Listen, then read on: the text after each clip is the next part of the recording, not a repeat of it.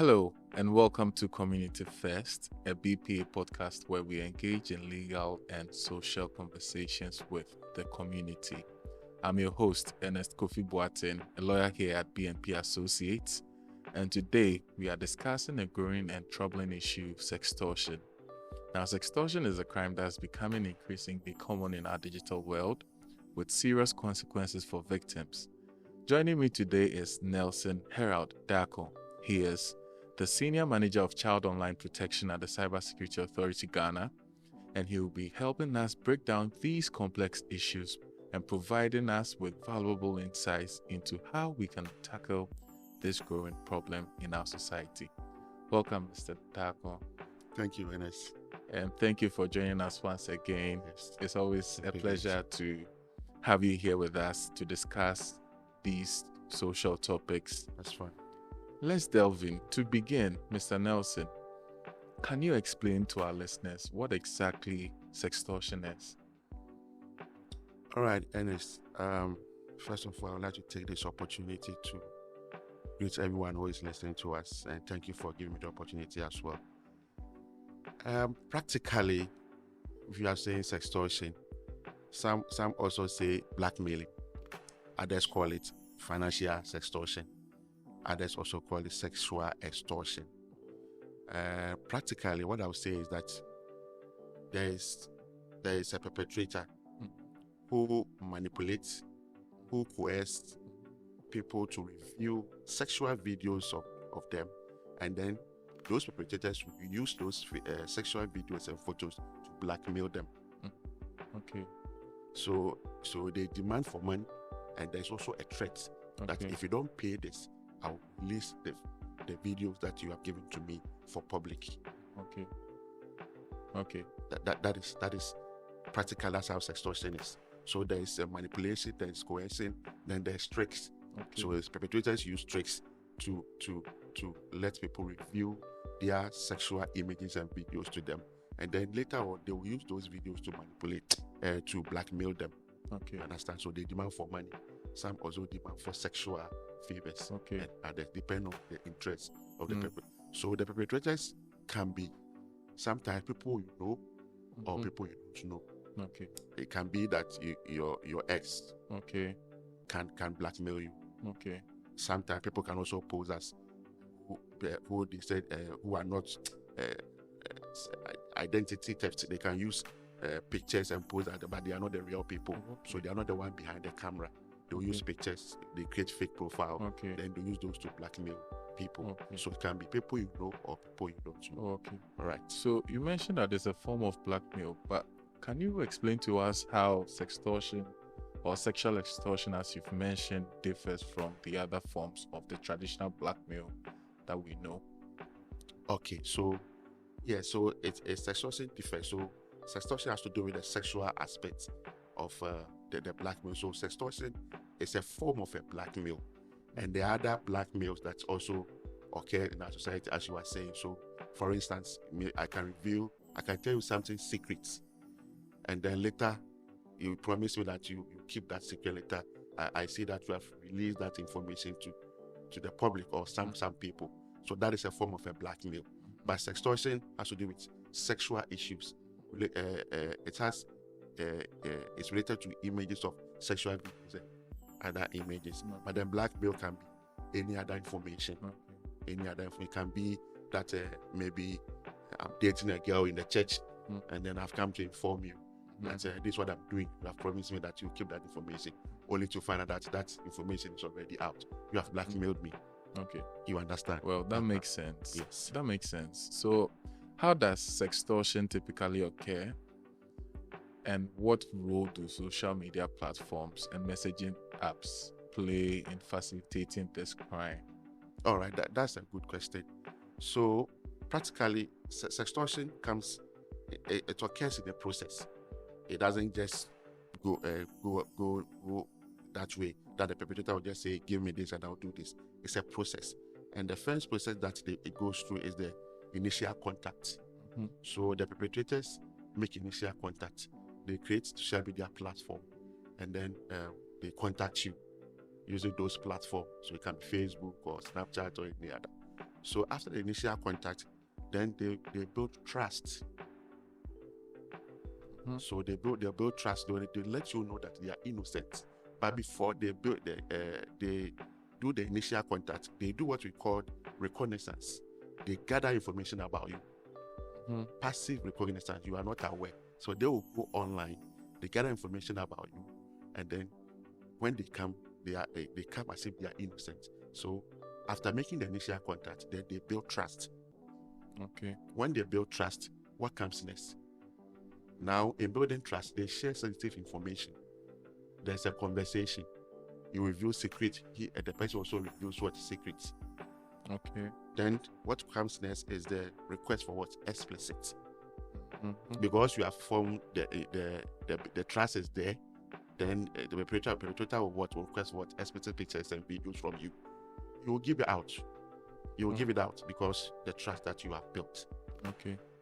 Then after the perpetrator has received those explicit, then they do the threat and blackmail. Oh, okay. So you've mentioned 6 main steps. Yes, I'm still continuing. Okay. So it's a process, like I said. Okay. It doesn't happen in just a minute or a day. You understand? So when they do the blackmail, then they demand for money. Okay. After the blackmail, then okay. So you have your naked pictures, I have your naked videos. Pay this. If you don't pay, I'll release it. Now you have given it to them. Okay. And they use what we call psychological manipulation. They create fear, anxiety. They will tell you a lot of words. Sometimes you'll be there and they send you a message. You don't know me. I have destroyed a lot of people's marriages or people's marriages, so I can do everything to you. Okay. Wow. Sometimes what's even happening is that currently they have changed their modus operandi. Now, perpetrators of sextortion invest money into it. In the course of discussion, a typical example, in the course of your discussion, you might say that, okay, I'm going to buy credit. I don't have credit on my phone. And they'll tell you, oh, let me send you 500. So as soon as they send you money, you will think that, oh, once they have sent you money, they are real people. Oh, I see. The intention now, that is what they are doing. They invest. Wow. They pay money. I have a case like that where the perpetrator even bought 1 bag of rice, sent it to someone to be given to the victim. So if someone do this to you, you will see that person is real. You understand? Trust is so big. so now they invest the money for you to know that they are trustworthy, but they are not.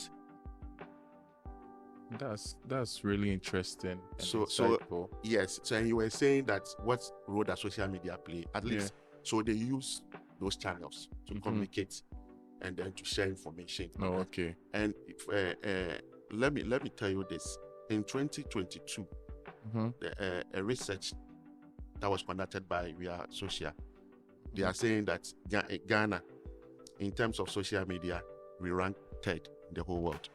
Wow, what does that mean? It's the time we spent on social media. Oh, okay. We are talking about the time we spent on social media. We rank 3rd in the whole world. So you could see that we are good to the platforms. So those are the channels that the perpetrators also use to perform their sextortion acts and other things.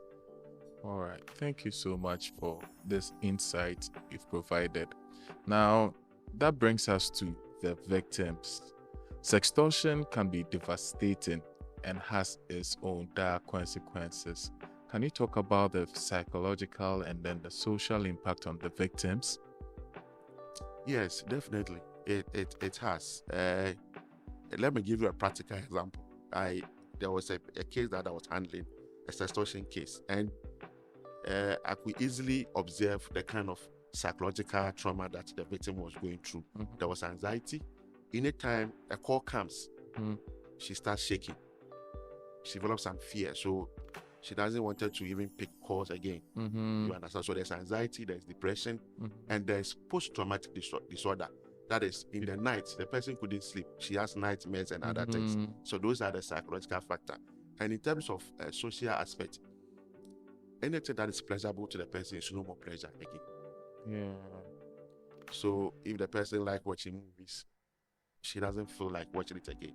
She doesn't go on social media again. Mm-hmm. Even the normal work, she becomes non-punctual. Mm-hmm. You understand? Mm-hmm. And any activity that makes the person happy, there's a social problem. Oh. Wow. She couldn't even eat. And there's even a physical, what do you call it? A physical effect to the victim. There can be a suicidal thought. Yes. The person can commit suicide. You understand? So sextortion is not that simple. We need to take be cautious about what's happening on the internet. Yes. Now, how does sextortion affect children? We've been discussing it in general terms, but you'd agree with me that it's not only adults that sextortion affect, but it can affect children as well. Can you tell us how it affects children differently from the adults? Yes, that's a good question. It's quite different when it comes to adults. Okay. So, sextortion among children starts with what we call grooming. Ooh. Grooming. So, yes, online grooming. So they create fake profile, then they use a young person's picture on the profile.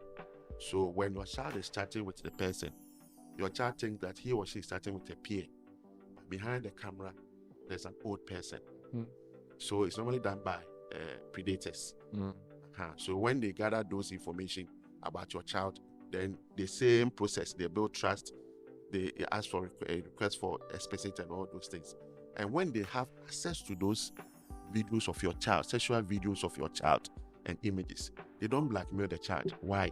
Because they know the child doesn't have money, but they will call the parents of the child and then tell them that, look, I have your child's nudes, and they can even share one for your parents to see if it is true. Wow. Then, if you don't pay this, we are going to share a lot of them on social media and ruin your child's life. Wow. Now, it has even shifted from the predators to their own peers. As an institution, the kind of incident that we have been receiving is peer-to-peer sextortion. So they form relationships in class, mostly in the senior high schools, among students in the senior high schools. They form relationships in class and they end up blackmailing themselves. So this brings to bear an incident that happened in US, which I remember very well.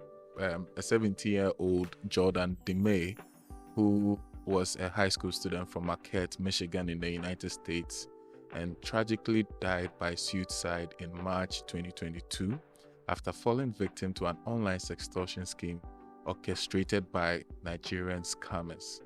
Now, Jordan was targeted through Instagram, where the scammers were posing as young women, tricked him into sending an explicit video. Now, after receiving the video, the scammers threatened to release it publicly unless he paid money. And this all happened in the depth of the night. And Jordan tried to comply by sending them $300, but the sextortion did not end. They continued extorting him through the thick of the night, and despite his attempts to de-escalate the situation, the emotional toll became so overwhelming, and within hours of the threat, he took his own life. Yes. So this is so like it's like an example I gave. The person can just easily commit suicide, and sextortion doesn't end. And in my case, so the person was telling me, Nelson, my issue is that I want you to arrest the guy for me. And I told the woman that arresting the guy doesn't solve the problem. What about if the person has kept your video somewhere else? So after praising, he will come back again. You understand? Yeah. Your integrity is what is important now, and your information, not arresting the guy. So sometimes sextortion is not just as cheap like that. It's serious. We need to look at it very, very well and be cautious of it. And it's really heartbreaking to hear how this crime affects such young lives. Parents and guardians obviously have an essential role to play. Can you take us through some of the steps that parents and guardians can take to protect their children from sextortion? Oh, I think this is okay. So as a parent, what you need to do is to have open discussion with your children or your child. let them know that there are risks involved on the internet. Anytime they go, they should be smart. They shouldn't share too much information. They shouldn't. They should use passwords to protect their information. And parents too. Sometimes, when they buy these gadgets for their children, they keep those gadgets in their children's room without any supervision. It is not. It's a bad practice. You need to put the device in the hall, where you can easily see what the child is doing anytime you are passing by. Okay. If you keep them in the child's room, thinking that the child is okay, no, you end up the child will end up bringing people to the house that you are not even aware. Wow. So that is some few advice that I would give. They should stop. They shouldn't also chat with strangers. Sometimes they chat with people online, then they make agreements to meet offline. All these things are part of it. They should verify identities. If someone is chatting with you, go further, go to the person's friends, screen them. If you can get someone that you know that you can contact. These are all facts or strategies to know that the person you are chatting is a real person. You understand? Yeah. Sure.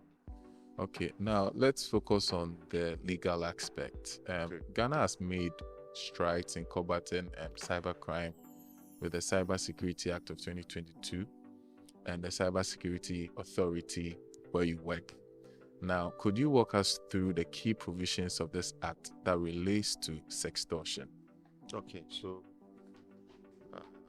section 66 of the Cybersecurity Act, the law says that a person shall not threaten to distribute by post, email, text, or transmit by electronic means or otherwise a private image or image of the other person engaged in sexually explicit conduct. The specific intent to harass, threaten, and those. So that's where the sextortion is. So the law actually address it and make it illegal for a person to threaten the distribution of a private images or videos of another person. So you don't have to issue threatening to someone that I have your naked pictures. If you joke, I will do that. I will say I will do this. So the law frowns on that. So you go to jail not less than 10 years. Not less than 10 years? Yes. Wow. Okay. Are there gaps in this law? And what I mean is, especially when it comes to non-digital forms of sextortion, because you would agree with me, sextortion not only happens digitally or through the social media, it can even happen in schools or in the offices. So can you discuss with us some of the gaps in the law which don't address these other forms of sextortion? There are gaps. For the Cybersecurity Act, it only talks about the digital aspect of it, and sextortion only doesn't happen online. It happens physically. Someone can even tell you, say, I want to have sex with you. If you don't do that, this, that is. So these are some of them. But I think government can also put enough measures, update those laws to include the physical aspect of the offline aspect of sextortion, and it will solve the issue as well. There are gaps. Yeah.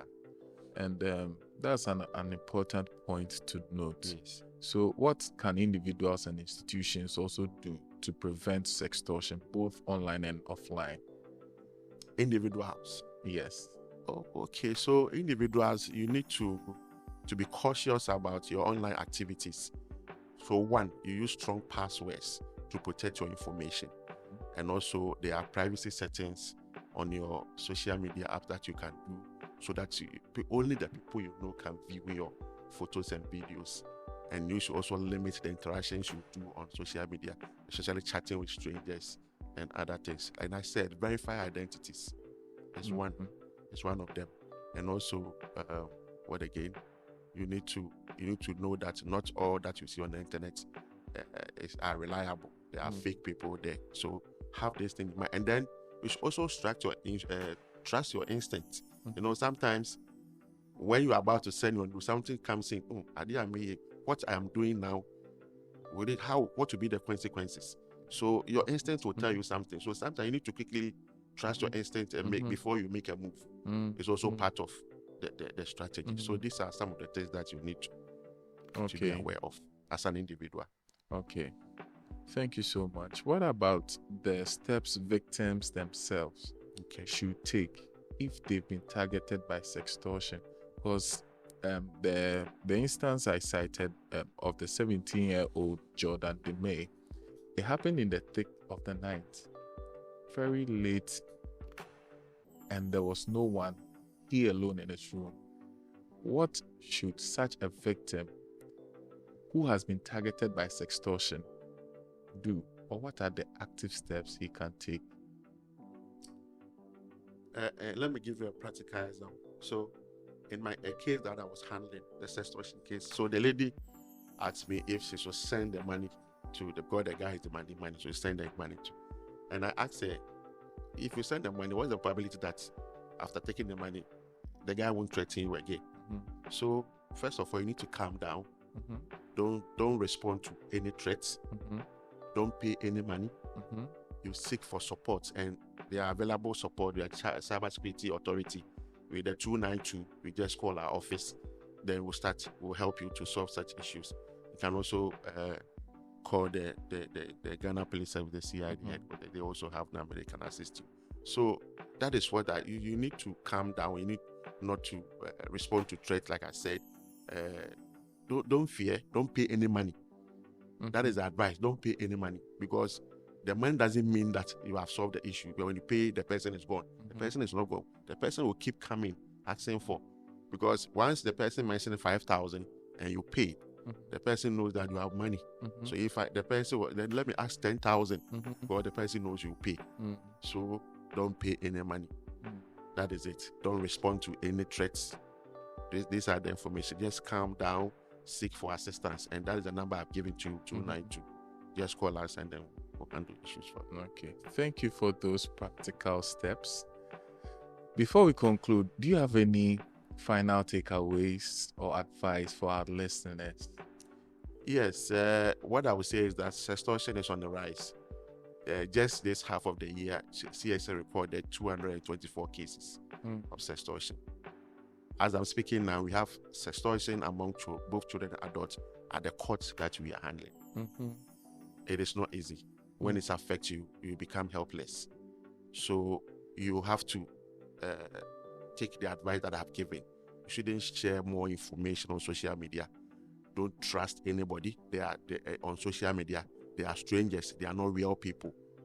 Don't give out personal information on there. When they ask you to pay, do not pay any money.